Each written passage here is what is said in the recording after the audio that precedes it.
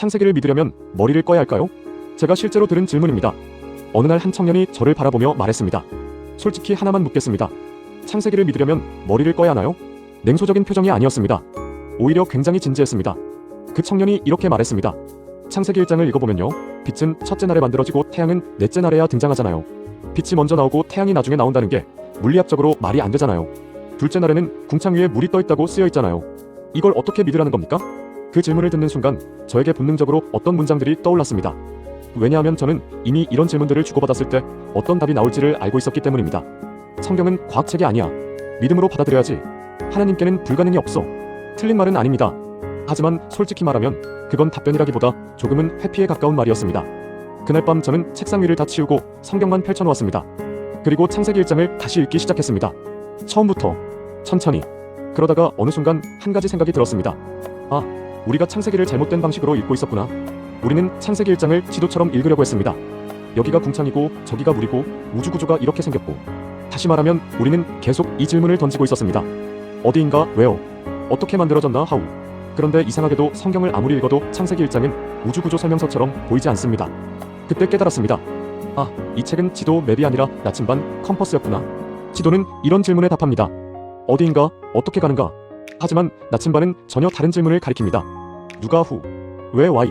창세기 1장은 우주가 이렇게 생겼다는 정밀 도면을 그려주는 책이 아니라 이 질문을 던지는 책이었습니다. 누가 이 세상을 지었는가? 왜 이 세상을 만들었는가? 그리고 그 안에서 너는 누구인가? 우리는 지금까지 나침반을 들고 지도를 찾고 있었던 겁니다. 여기에 하나 더 문제가 있습니다. 번역입니다. 예를 들어 성경에 나오는 궁창이라는 단어, 히브리어 원어는 라키아입니다. 이 단어의 기본 의미는 펼쳐진 것, 확장된 공간입니다. 그런데 번역이 궁창이 되면서 많은 사람들이 이렇게 상상하게 됩니다. 하늘에 딱딱한 돔이 있고 그 위에 물이 있고. 이 이미지 하나 때문에 수백 년 동안 논쟁이 이어졌습니다.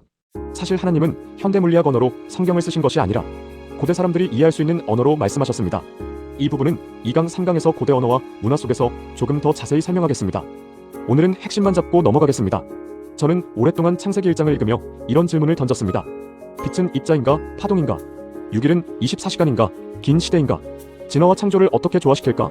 그런데 시간이 지나면서 한 가지를 깨달았습니다. 창세기 1장이 저에게 던지고 있던 진짜 질문은 전혀 다른 것이었습니다. 너는 누구냐? 너는 어디서 왔느냐? 너는 왜 존재하느냐? 저는 성경에게 물리학 답안지를 요구하고 있었는데 성경은 저에게 정체성 증명서를 내밀고 있었던 겁니다. 그때부터 성경을 읽는 제 태도가 조금씩 바뀌기 시작했습니다. 그래서 이 시리즈에서 제가 하려는 일은 단순합니다. 창세기 1장을 과학 논쟁의 전쟁터에서 꺼내오는 것, 그리고 이 질문을 다시 묻는 것입니다. 하나님은 이 한 장짜리 본문을 통해 도대체 무엇을 말하고 싶으셨을까? 이 시리즈에서는 창세기 1장을 3개의 렌즈로 보려고 합니다. 첫 번째 렌즈는 건축 설계도입니다. 창세기 1장은 굉장히 정교한 구조를 가지고 있습니다. 1일에서 3일은 호밍 형태를 만드는 과정입니다. 4일에서 6일은 필링, 그 형태를 채우는 과정입니다. 마치 하나님이 집을 설계하고 그 집을 채워가는 이야기처럼 보입니다. 두 번째 렌즈는 고대 언어입니다. 궁창, 위에 물. 이 단어들을 히브리어와 고대 근동 문화 속에서 보면 과학과 충돌하던 많은 부분이 사실은 번역 오해였다는 것을 보게 됩니다. 세 번째 렌즈는 가족 초대장입니다. 창세기 1장은 우주 설명서가 아니라 하나님이 가족을 맞이하기 위해 집을 준비하는 이야기입니다. 그 가족이 누구냐고요? 바로 우리입니다. 아마 처음에 질문했던 그 청년처럼 여러분 중에도 이런 생각을 해본 분이 있을 겁니다. 창세기를 믿으려면 머리를 꺼야 하나? 저는 이 시리즈를 통해 이렇게 말하고 싶습니다. 아닙니다. 머리를 끄는 것이 아니라 제대로 켜야 합니다. 과학을 버리라는 이야기가 아닙니다. 생각을 멈추라는 말도 아닙니다.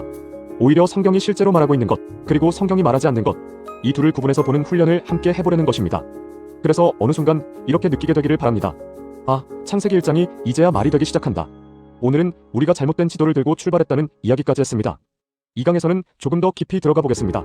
창세기 1장 2절에 나오는 토후보후, 혼돈과 공허. 그 혼돈 위에서 하나님이 어떻게 질서를 세우기 시작하셨는지 그 출발점을 함께 살펴보겠습니다. 혹시 오늘 영상이 조금이라도 생각할 거리를 남겼다면 이 시리즈 끝까지 함께 걸어가 보시길 바랍니다. 창세기 1장은 과학과 싸우라고 주어진 책이 아닙니다. 창세기 1장은 당신이 누구인지 말해주는 책입니다. 다음 영상에서 그 이야기를 계속하겠습니다. 바이블 리터러시 채널이었습니다. 구독